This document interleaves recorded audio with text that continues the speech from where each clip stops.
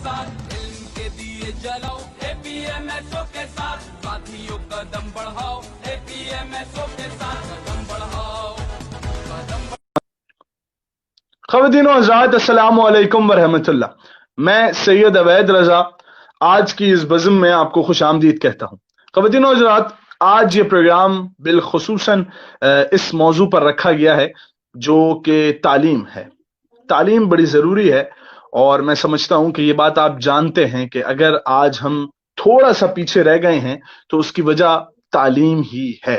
कायदे आज़म मोहम्मद अली जना का एक खिताब है, अगर मैं उसका खुलासा पेश करूं तो कायदे आज़म मोहम्मद अली जना फरमाते हैं कि तालीम अगर ना हो तो अंधेरा है, बल्कि तालीम ही रोशनी है।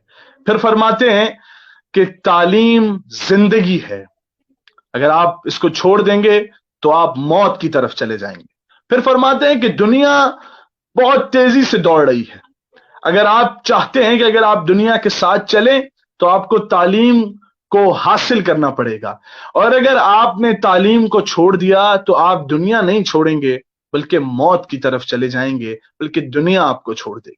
ख़वातीन और हज़रात, यही हमने मौजू रखा है और आज का मौजू है तालीम क्यों जरूरी है। रही यही टॉपिक डिस्कस होगा। मैं समझता हूं कि मुझे यकीनी तौर पे अपने गेस्ट को भी बुला लेना चाहिए। आज मेरे साथ मौजूद हैं रेहान शाह साहब, सेक्टर ऑर्गेनाइजर हैं एपीएमएसओ के। सर अस्सलाम वालेकुम।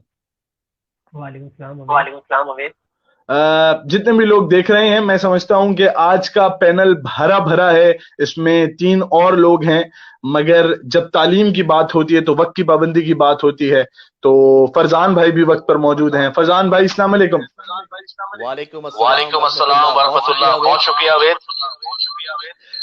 जब मैं बात तालीम के लिए काम कर रहे हैं तो मेरा आपसे पहला सवाल यही है कि as an sector organiser all APMSO, आपकी क्या कारकर्दगी हो रही है तालीम को लेकर सर? जी अवेद, बहुत शुक्रिया, आपने अपनी शुरू मदद किया। जहाँ तक तालीम रहा के सवाल का, तो हमारी जो ऑर्गेनाइजेशन इसकी जो बेस है वो शुरू ही तालीम की बुनियादी हुकूक की जंग के लिए हुई थी। अगर आप माजी में जाके देखें तो एपीएमएसओ का क़याम भी चंद तलबा को एडमिशन ना मिलने की वजह से अमल में आया। उसके बाद फिर जो हमारी कौम की जो इस्तेसाल होता रहा, तालीमी इस्तेसाल, उसके खिलाफ जद्दोजहद मनज़्ज़म तरीके से ऐसे तरीके से अंजाम देने के लिए एपीएमएसओ का क़याम अमल में लाया गया। अब एपीएमएसओ से अगर आप कहें कि हमारी क्या कारकर्दगी, तो मैं आपको बताता चलूँ कि माजी में जितने भी कराची शहरी सिंध में जो भी इदारे बने, तालीमी इदारे बने, वो टेक्निकल कॉलेजेस हो या यूनिवर्सिटीज़ हो, तो वो एमक्यूएम के मुंतखब करदा नुमाइंदगान के दौरे हुकूमत में ही बनाए गए। अगर आप जानना चाहते हैं किसी और सियासी हुकूमत कोई दूसरी जैसे बनी सिंध हुकूमत की आप मिसाल ले लें, तो पूरे सिंध के अंदर सिर्फ ख़वातीन की 2 जामियात है जो सिंध के अंदर है। अच्छा, उनमें मेरिट के ऊपर कराची की एक भी सीट नहीं है। जबकि अगर आप देखें तो औरत एक बहुत बड़ा पिलर होती है किसी भी बच्चे की नशोनुमा और तालीम के लिए। हमें चाहिए कि हम सबसे पहले अपनी ख़वातीन को तालीम याफ्ता करें, ठीक है। पर सिंध हुकूमत इसके बरक्स है, माजी की हुकूमतें भी इसके बरक्स काम करती रहीं। अब क्यों कर रही हैं, तो उसकी वजह यह है कि हमारा जो 98% तबका है ना, वो मुनहसर करता है अपना खेती बाड़ी करने वालों पे, किसानों पे, और 2% तबका हमारा जागीरदार वडेरों का। अगर हमारी आवाम तालीम से आशना हो गई, तालीम के ज़ेवर से आरास्ता हो गई, तो फिर वो जागीरदार और वडेराना निज़ाम को जो है वो कर देंगे, रद्द कर देंगे। तो इसी वजह से जो तालीम का हसूल है, ये सियासतदानों के लिए जो एक बहुत बड़ा अपोजिशन में किरदार अदा करता है, उनके लिए एक बहुत बड़ा हरीफ है। तो वो अपनी कौम को नीचे नीचे पस्त की तरफ लेके जा रहे हैं, पस्ती की तरफ, और तालीम के जेवर से दूर रख रहे हैं। तो हम उसी चीज़ के लिए एमक्यूएम जो है वो जद्दोजहद कर रही है और काफ़ी सालों से करती आ रही है। कामयाब भी रहे बहुत सी जगहों पे। अभी आपने माजी में देखा होगा कि 2 महीने पहले ये एपीएमएस ने एक प्रेस कॉन्फ्रेंस करी, जिसमें हमने कोटा सिस्टम से लेके तमाम जामियात तक की एक एक चीज़ वहाँ पे डिस्क्राइब करी, और ऑन पेपर सबूतों के साथ हमने वहाँ बात करी। जामियात की जो चीज़ें थी हमने वहाँ वो भी डिस्कस करी। अभी आपने रिसेंटली देखा होगा कि दाव के एडमिशन से पंजाब के फेल हुए जो रोल नंबर थे, वो कराची के बच्चों के रोल नंबर डाल दिए गए। तो उसके खिलाफ भी एक एमक्यूएम ने आवाज़ उठाई है और अपने मुतालबे जो गवर्नर साहब के सामने रखे, उस पर भी काम हो रहा है। इंशाल्लाह ताला हमारे बच्चों को तालीम अगर उनको दिलवाने में कामयाब होंगे इंशाल्लाह। इसके बाद अगर आप आ जाए तालीम के जो शरह फीसद है, श्रीलंका और एशिया बहुत पीछे है दुनिया से। हमारे अभी भी 6 करोड़ बच्चे प्राइमरी स्कूल में नहीं जा रहे हैं। इसके लिए हमें मेहनत करनी होगी। तो एमक्यूएम इस पर काम कर रही है। बहुत जल्द हम जो एलिमेंट्री स्कूल है उसके क़याम में एमक्यूएम की कमेटी बन चुकी है, जिसके हेड जो है वो मेयर साहब है, वसीम अख्तर भाई साहब मेयर। तो इस पे काम कर रहे हैं। इंशाल्लाह एलिमेंट्री स्कूल के हवाले से हम अपने मुतालबात गवर्नमेंट को पेश करेंगे, उसके बाद फिर फ्री वर्क करेंगे। जी शुक्रिया भाई। बिल्कुल ऐसे ही है रेहान भाई। क्या इस बात में, बल्कि मैं आपसे ये सवाल आपसे ही करना चाहूंगा कि इस बात में कितनी सच्चाई है कि जितनी भी ऐसे इदारे जो जिनका ताल्लुक सियासत से था, चाहे वो जमात इस्लामी हो, चाहे वो एमकेएम पाकिस्तान हो, चाहे वो पीपल्स पार्टी हो, जितनी भी जमातें थी, जब वो सियासत में आई तो क्या ये वजह जिसमें हम ये देख रहे हैं कि नौजवान फर्स्ट ईयर सेकेंड ईयर में एक पासिंग रेशो 45% है, 35% है, बल्कि ये तो मैं बिल्कुल ज्यादा बता रहा हूं, मुझे अभी अभी याद आया कि 27%, 22% भी गया है। तो इसकी वजह क्या हो सकती है? बारहा हम ये देखते हैं कि बहुत से ऐसे बच्चे हैं कि बहुत आसानी से वो घर बैठे पेपर्स दे देते हैं। तो इसमें कहीं सियासी पार्टियों का हाथ तो नहीं है सर? आप क्या समझते हैं, आपकी राय क्या है? नहीं अमित, इसमें बिल्कुल किसी सियासी जमात का कोई हाथ नहीं है। इसमें असल में जो चीज़ें मैटर्स करती है वो करती है कि हमारी घरेलू तरबियत, उसके अंदर जो हमें माहौल मिल रहा है। अब अगर हम माहौल में जाएंगे तो एक बच्चा आँख खोल रहा है, वो सुबह से ही परेशान अपने दूध के लिए है, उसका बाप परेशान दो रोटी कमाने के लिए है। तो वो तालीम का रुझान, ऊपर से तालीम जितनी महंगी हुई है, वो बहुत ही कम फिर तालीम की तरफ आ पाते हैं। अब आपने बच्चे देखेंगे कुछ खुद पढ़ भी रहे होते हैं, कमा भी रहे होते हैं, तो ऐसे बच्चे ही कामयाब होते हैं आगे। पर जिनके, अब मिसाल ले लें, अगर आप पासिंग रेशो भी आप जो बात कर रहे हैं आप 27%, तो वो 27% भी किसी गरीब का बच्चा ही अच्छा ले रहा होगा उसमें फर्स्ट पोजीशन, सेकंड पोजीशन। क्योंकि तालीम जो है ये आपके अंदर आपको घर वालों की तरफ से मिलती है, माहौल की तरफ से मिलती है, या आपका कोई विजन उसके लिए क्लियर होना चाहिए। तो ये विजन आपका क्लियर तभी होगा जब आपके वालिद ने, आपकी वालदा ने वो चीज़ें फेस करी होंगी, जब उनको इस बात का अंदाजा होगा कि तालीम से ही हमारे हकूक मिल सकते हैं। अगर मैं पैदा होता किसी करोड़पति घराने में और मुझे बचपन से हर चीज़ मिली होती, मेरे पास गाड़ी होती, मेरे पास एक अच्छा मोबाइल होता, आईफोन हर साल मेरे पास नया आ रहा होता, तो मैं तालीम की तरफ ध्यान नहीं था। मुझे पता है मुझे बस बड़े होने अपने वालिद साहब का कारोबार संभालना है। और अगर आप बात करें कराची के बच्चों की, बाकी पाकिस्तान के दीगर बच्चों की, जो एक मुतवस्सित तबके से 98% से ताल्लुक रखते हैं, तो उनको पैदा होने के बाद सिर्फ पता होता है कि उन्होंने काम भी करना है, घर की जिम्मेदारियां भी निभानी है, और साथ साथ अपनी तालीम को भी जारी रखना है, ताकि जो मुश्किलात का सामना हमें करना पड़ रहा है तो हमारी आने वाली नस्ल को ना करना पड़े।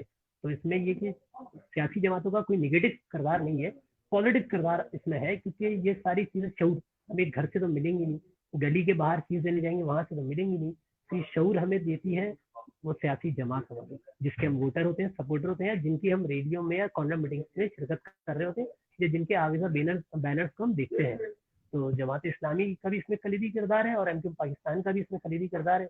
जहाँ तक बात रही एमक्यूएम पाकिस्तान की, तो ये तो एक वाज़ेह हकीकत है दुनिया के सामने कि शायद ये वाहिद सियासी जमात है जिसमें कन्वीनर से लेके नीचे के कारकुन तक आपको कोई डॉक्टर मिलेगा, कोई इंजीनियर मिलेगा। बाकी किसी सियासी जमात में इस तरह कोई ताल्लुक अभी तक दिखा नहीं है, वो किसी इंजीनियर डॉक्टर ने क़यादत संभाली हो कौम की। ऐसे ही बिल्कुल करता हूं कि इसमें कोई ऐसा सियासी सवाल या कोई ऐसी सियासी बात ना हो। हम बहुत मुश्किलों से इस वक्त ऐसे दौर में आए हैं कि जब हम चारों हाथ अपने मिला सकें, पांचों हाथ अपने मिला सकें, और पांचों उंगलियों को मिलाकर दोनों हाथ बांध कर ये बात कर सकें कि अब काम पाकिस्तान के लिए होगा, अब काम कराची के लिए होगा, अब काम जो है वो यकीनी तौर पे कराची और पाकिस्तान के लिए होगा। शर्जील बेग साहब ने ये कमेंट लिखा है, मजे की बात यह है कि कराची में पास होने का रेशो कम है, लेकिन कराची से बाहर आने वाला जो 70% से ज्यादा नंबर लेकर आते हैं वो जामे कराची यानी जामे की एंट्री टेस्ट में फेल हो जाते हैं। बड़ी खूबसूरत बात है, और ये दर हकीकत वो होता है ना, अलमिया भी है, अफसुर्दगी भी है इस बात पर कि ये कोशिश, मैं समझता हूं कि जो बाहर से भी आ रहे हैं, जो जिन जिन लोगों ने नाइंसाफी करके, तालीम में वही वाली बात है कि तालीम क्या, किसी भी फील्ड में आप नाइंसाफी करेंगे, किसी भी फील्ड में, इन शॉर्ट कराची वालों की लैंग्वेज में डंडी मारेंगे तो फिर आप पिटेंगे, फिर आप देखेंगे कि आप जलीलो ख्वार होंगे। और यही वजह है कि फिर एंट्री टेस्ट में रह जाना और एंट्री टेस्ट में तालीम पूरी तरीके से, मुश्किल तरीके से हासिल ना होना, यही इसकी वजह है। पॉलिटिकल मुस्तफा अली लिख रहे हैं, पॉलिटिकल स्टूडेंट ऑर्गेनाइजेशन को रोल अदा करना होगा। मैं यही सवाल जो है, यही बात जो है रेहान भाई की तरफ लेके आऊंगा। रेहान भाई, आप क्या समझते हैं कि पॉलिटिकली इसको ऊपर लाया जा सकता है या टीचर्स ऊपर ला सकते हैं? नहीं, बिल्कुल इसमें हमें पॉलिटिकली इसका एक बहुत बड़ा किरदार है इस चीज़ को ऊपर लाने में। पर इसमें जो हमारी पॉलिटिकल पॉलिटिकल स्टूडेंट ऑर्गेनाइजेशन है, उनको ये चाहिए कि वो जो टीचर्स के साथ अपनी जो बॉन्डिंग है उसको इस लेवल पे जाए, उसको इतनी केमिकली मजबूत करें, उसको फिजिकली और केमिकली, कि टीचर्स आपके एक एक मुतालबे में आपके साथ खड़ा हो। अभी जैसे हालिया में आपने देखा होगा कि माजी में अभी ये बीकॉम और बीए के चल रहे थे 4 साल प्रोग्राम के ऊपर, कि कैसीसी ने रूल निकाल दिया कि भाई अब 4 साल में कर देंगे इसको 2 साल से खत्म। तो इसमें बाकी दीगर जमातें तो अपना किरदार अदा कर रही थी, पर एपीएम ने इसमें ये काम किया कि हमने हर कॉलेज के टीचर्स फोरम से आके मेरे हर प्रिंसिपल से, हर टीचर से उनके रिव्यूज लिए। उसके बाद हमने टीचर्स की एक बहुत बड़ा इज्तिमा भी किया जहाँ पर उनसे सारे मुतालबात हमने रखे, पॉइंट्स डिस्कस किए। उसका फिर उन टीचर्स ने, आपने देखा हो कि उन्होंने विजिट भी किया हमारे मरकज का, और फिर एचएससी में जाके उन्होंने अपना मौक़िफ़ भी पेश किया वहाँ पे। तो अभी ये 2 साल पे, इसको 2 साल के लिए रोक दिया गया है बीकॉम को।